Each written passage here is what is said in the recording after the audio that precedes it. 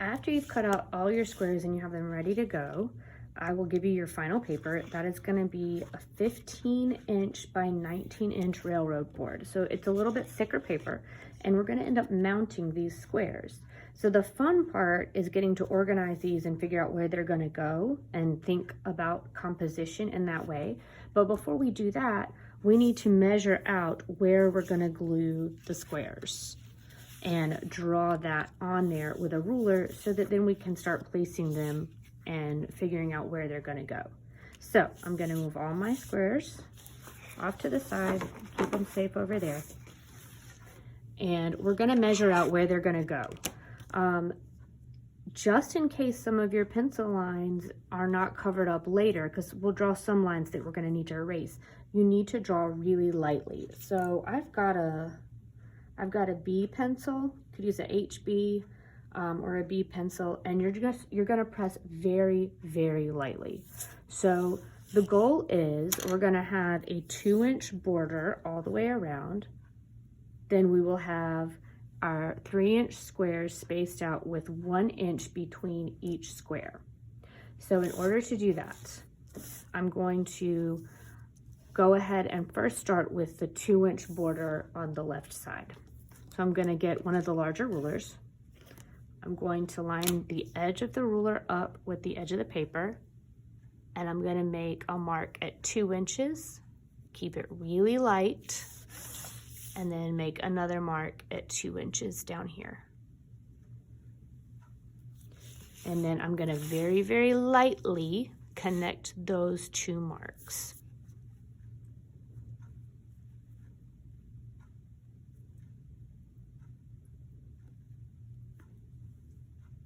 I'm leaving what I think is about 2 inches at the top and about 2 inches at the bottom. So it's super, super light. You may not be able to see it on the video, but it's enough that I can see it.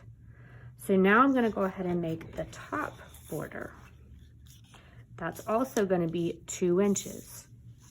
So I'm gonna line that up with the edge, make a mark at 2, do the same thing down here. And again, the reason we do that is because otherwise you don't know for sure that your line is straight and parallel to the edge of the paper. So making 2 marks gives us something to line up to. So when I line these 2 marks up, I can tell that it's parallel to the paper. And I'm gonna leave what I think is 2 inches up here and make a really light line and stop when I hit that other one. So I've gone over here, which you may or may not be able to see. So I'm going to go ahead and erase that. And I've got my border here. I'm going to rotate it, and I'm going to do the same thing. Actually, yeah, I'm going to do the same thing here. No, actually, I'm going to turn it back this way. So now I've got 1 line here and 1 line at the top. So I'm gonna measure out where all of my rows of boxes are going to be. So I'm gonna line this up right here and make a mark at 3 inches, because that's where 1 row of these squares are gonna go. I'm gonna slide that down. I'm gonna make another mark at 3 inches. The reason I decided to do it differently than what I was doing before is because I'm afraid that this might be just a little bit bigger than 15 inches by 19 inches because our paper cutter's a little off. Okay, so now I have a row. So I'm not sure how well you guys can see those lines. I guess I'm gonna make mine a little bit darker so that you can see them, but they may not erase all the way. So make sure you're not making your lines as dark as I'm making mine. I'm just making them this dark so that you can see them on the video, so that you know where your lines should be.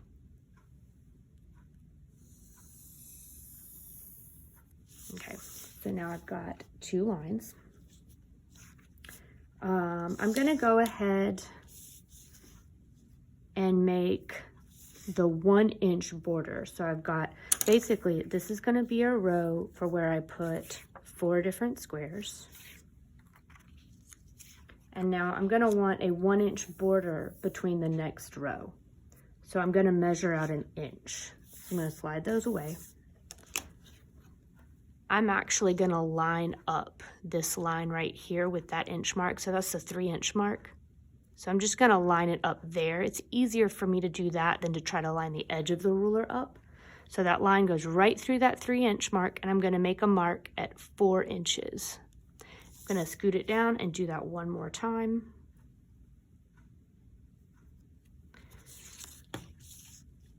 And now I'm gonna line those 2 marks up and connect those. Again, you're drawing really lightly. So now I've got what I've just drawn there is gonna be where I put my next row of squares. So I've lined that all up. So now I'm going to measure 1 more inch. Nope, sorry. I'm gonna measure 3 inches so I know where the edge of that square should be. I'm gonna measure 3 inches and draw a line here to mark where that row of squares is gonna go. So you can line it up with the edge of the ruler, or you can do what I was doing with the line earlier. To be simple, I'm gonna line it up with the edge. So the edge of the ruler, and then make a mark at 3 inches. Scoot it down. Do the same thing.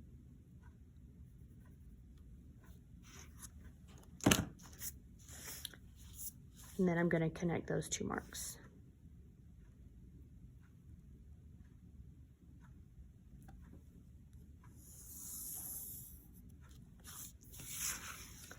All right, so now we've got a row for where these boxes are going. So now I need to mark a 1-inch line here to see where the edge of this last row is going to be going this way. So I'm going to line up, I'll use that 3-inch mark again. Line that 3-inch mark up with this line and mark 1 inch.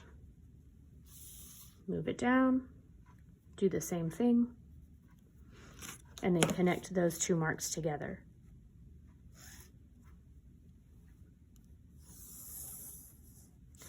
And then we're gonna need 1 more 3-inch mark.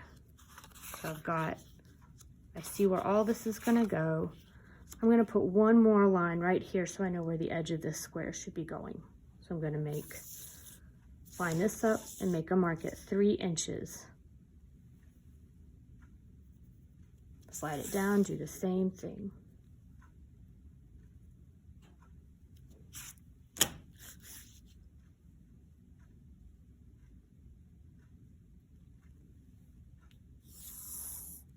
All right, so now I need to know where each of these will go this way. So I'm gonna rotate my paper. I already have 1 line here that I drew for the border. So I'm gonna line this up and make a mark at 3 inches. Now this time, I don't have to draw the line all the way through. So I'll show you what I mean by that. So I'm gonna make a mark at 3 inches here and make a mark at 3 inches there. I'm gonna line the ruler up with those. And when I draw this line to connect these, I don't need to draw it through the borders. I'm gonna draw one here, pick my pencil up, skip that border part, draw it here, pick it up, draw it here. So now I have the space where these 3 squares are gonna go. So I'm gonna line that 3-inch line up again. This time I'm making a mark at 4 inches so that we're just doing 1 inch. So we're making that 1-inch border now. So if I lay all these here, I need to know where that 1-inch border is gonna come. So where to line this next square up with. Okay, so I'm gonna line the 3 up, make a mark at 4 inches. So it's just 1 inch right there. Move it down, do the same thing, and then connect those. And again, I'm not gonna draw it through everything. I can pick it up and skip the space that goes in between the squares. So like that. So now I'm gonna line the ruler up with this one and make a mark at 3 inches. Move it down.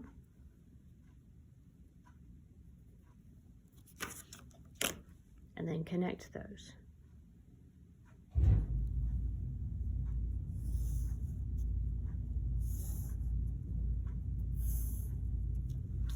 So now I need to make a mark for my next 1-inch border. So if that goes there and that goes there, I need to figure out where that 1-inch border stops, lining up the 3 again, make a mark at that 4, move it down, do it again.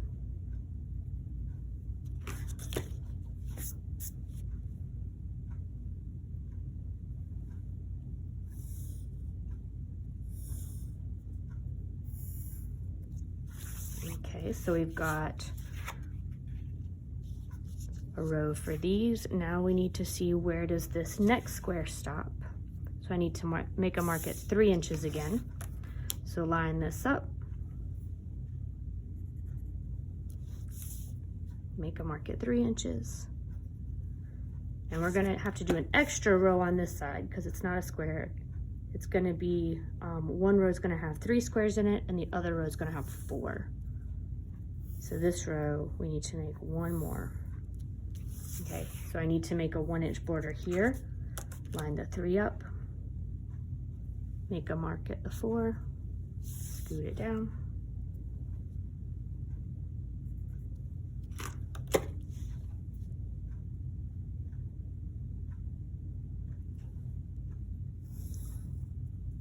And then we're gonna make a mark for our last square.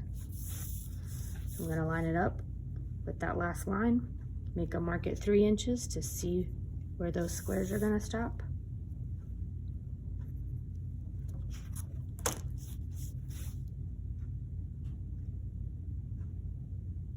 Make that last line. And now you should have a place outlining where all 12 squares are gonna go. So you can take an eraser and you can erase the lines in between the squares that you don't need. And I'll do that later when off the video, so you don't have to watch me do that. I'm just showing you that you can. And then the next part is the super fun part. So I'm gonna turn it this way because I think it'll fill the video space better. But I think I personally like it portrait side. That's totally up to you guys. You can choose whether or not it's meant to hang landscape or portrait. But for the sake of fitting it into the video, I'm gonna turn it landscape. So you're gonna start playing around with where you want your squares to go. This is after you've erased everything because it's gonna be, you don't wanna erase these extra lines after you've glued your squares down. You want to erase in between this, like this. You want to do all of that before you glue down your squares because you're just going to mess up your squares if you're brushing the eraser crumblies and stuff off. So go ahead and erase all of those, then do this part. So press stop, do that. Okay, so I assume you're back now. So this is where you're going to start having fun arranging your squares in different places. You have so many options. And this is why this is a composition challenge, because you are composing this. So you have been composing this all along the way. So when you looked through all your media pages with the viewfinder, you were choosing the best square, your favorite composition within that square. And hopefully you are rotating it and seeing what it looked like from different angles. There was a lot of choices that you made. Now you are making choices when you are arranging your final artwork. So I just laid these out without even thinking. I just put them down the first way that they went. So there are so many different choices because you can switch squares. You can rotate them so they can be turned any way you want. So there's kind of 2 main things that I think about when I'm arranging something like this. First, I'm thinking about balance. So I have some squares that are really dark or darker, and I have some squares that are lighter. So this is one of my lighter squares, and this is one of my darker squares. I also have squares that are obviously like the same media. So balancing those out, I probably wouldn't want to put all of my pen and ink right here, all of my graphite right here. Like I want to kind of mix them up a little bit to help balance everything. You also want to try to balance out your darker versus your lighter squares. And then another thing that I think about is movement. So this square in particular has a strong diagonal movement this way. So I don't know if I want it to go that way or if I want it to go this way. And is there something that I could put next to it that might continue that movement? So, and when I do that, I have to think about other things. If I put this here, now I have two pen and ink squares together, which isn't necessarily bad. I could have two together. And then I have this curve happening here. So what if I have this over here? So, ooh, look how nice that is. That curve just kind of continues that. So I'm thinking about balance and movement. You're balancing out quieter squares with more busy squares and more energetic squares. You're balancing out value and darkness. You're balancing out the different media. So there's a lot of thought that goes into this. And this is the kind of thing that I want to think about when I'm actually not on camera, because I will do it better and I will think harder and I will make better decisions. I wanted to do a little bit of the thinking on here so you knew what I thought about. But at this time, I'm going to press pause on the video, figure out, make all my decisions, get my areas erased between the borders. And then when I come back, I'll have made all my decisions and I'll be ready to show you how to glue everything down. So this would be a good time for you to press pause and start playing around with the composition of your squares and figure out where you want things to go. So hopefully you have come up with an arrangement that you like. This is what I landed on. There is no perfect way to do this. This is really totally up to you. And there's so many different things that I thought about. And there's other ways that I could have arranged it that would be just as successful or maybe more successful. So let me tell you some of the things that I thought about and why I had some of them the same way. I really got stuck on this and I had trouble giving it up. I really love the way those really work together. When I was thinking about the corner pieces, I wanted things that would lead back into the other images, but that would still bring your attention to the corner at some point. So I really liked this like little dot here. It's like it grounded it in the corner. I don't know. I liked it there. I liked the diagonal lines going back into the other images here. It's like it helped you get back into the other artwork. I kind of liked this quiet piece right here in the middle of some of the stuff that was going on. I don't know if I'm feeling great about these two being side by side, but I ended up deciding that's where I wanted them. So yeah, there's just different things that I think about. You want to create places for the eye to move around, things that the eye will connect to. So maybe like the repetition of the circle here and the circle here, your eye helps to connect those two things together and move from here to here. So there's lots of different things that I'm thinking about. Like, what does my eye do? Is that a good thing? Does it feel, and see, now that I'm looking at it, I'm second guessing myself. I'm thinking maybe I want like a darker square up here. And I might actually play around with that really fast. Nope, because that would leave too much lighter squares over here. So yeah, I could sit and play with this forever before I come up with the perfect thing, which I kind of want you guys to do. I want you to sit and play with it. So rather than just saying, hey, I want to finish this video, I'm going to press pause again and rethink the part that I'm not liking right now. Okay, so I moved things around a little bit. I flipped this one around, moved it here. I put this one up here, and I think I'm happier with it now. So there are definitely so many different ways that you can do this. So think about it, and maybe even take pictures of different things as you do it. So you could take a picture of this one and then move it around and try a little bit more. And then you don't have to remember the way that you had it before, and you can compare the pictures to it. But once you get to where you like the way things are, and that's the way that you're going to glue them, I'm going to slide this over and show you what kind of glue that I have. So I have a glue stick, which is super easy and probably the easiest thing to use. And I also have gel medium, which I can make sure that it says gel medium. So my students at school, we have several bottles that look like this. Some of them are white paint, some of them are gesso. So make sure that you're reading it and you're getting the gel medium. So gel medium, you can paint it on the back and you can use that as a glue also. This is going to last longer than this. So if you really like this and you think this is something that you might save and you want to take the time to do the gel medium, it doesn't take that much longer. But if you think you want to keep it, then do the gel medium. But I'll show you how to use each of them. So I've got a piece of cardboard because when you're gluing, when I flip this over, I'm gonna want glue to go up to the very edge because I don't want them peeling up later. I don't want to put glue directly on here because then it's gonna squeeze out and like get clumpy or look bad later. And we want things to be nice and neat. That's called craft. So part of your grade is going to be your craftsmanship on this project. So the fact that your squares are neatly cut, that you measure things correctly, that you don't have stray marks all over your final piece, like in the border areas, all these things this is called craft when you're trying to make it neat and careful and carefully made. So that's why we're going to flip this over and put the glue on the back while it's on cardboard instead of applying the glue here. So if you're using a glue stick, make sure you don't forget which way it's gonna go. So I want mine to go that way.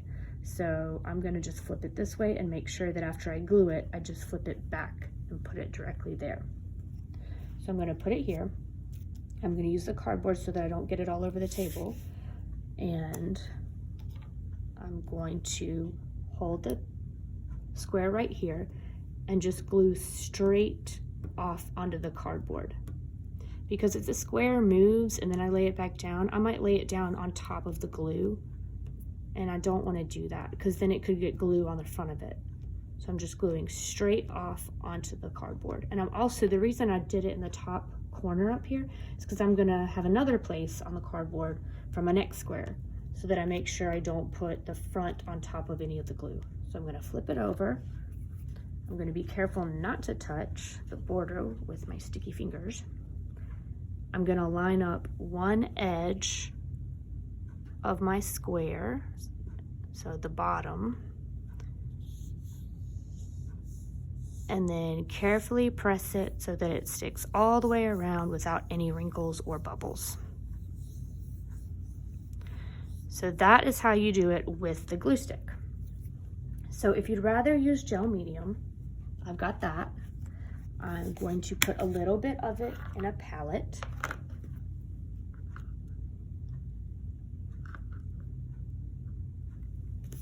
And we're still using the cardboard on this too.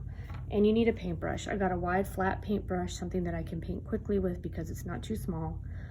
When you're done with this, the gel medium dries as fast as the acrylic paint does. And so you need to make sure that you wash it with soap and water to get all of the gel medium out so that it doesn't dry up and ruin the brush. So I'm gonna take my second square. I'm gonna pay attention to the way that I flip it. I'm gonna put it in a different place on the cardboard where I did not put my glue for the glue stick. And I'm gonna just dip my paintbrush into the gel medium and do the same thing. I'm just applying the gel medium instead of the glue stick.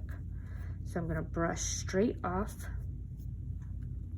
the edge of the square so that I make sure that I get gel medium everywhere.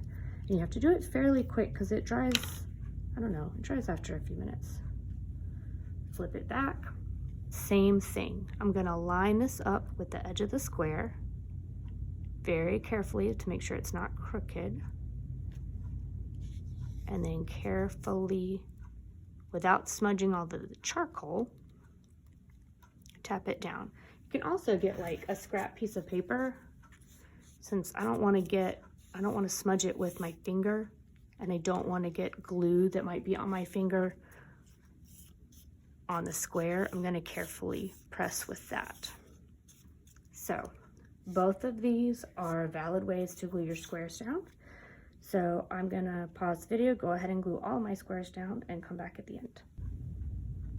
Okay, so once you have finished gluing all of your squares down and everything's dry, then if you have any stray marks, maybe like when you glued your square down, you have a little bit of a line showing, go through and erase those. I'm going to tell you a couple of tips when you are gluing if you haven't finished gluing already.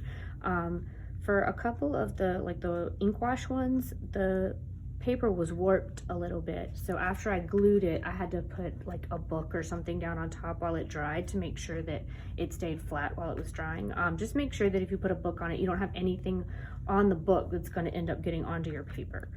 And The other thing is a couple of my corners were sticking up just a little bit. So if you get a small paintbrush and dip it in a little bit of the gel medium to get under the corner and then just press it down again, you should be fine. So hopefully you really enjoyed this project and you're ready to hang them up, display them, and we can look at everybody's awesome composition challenge.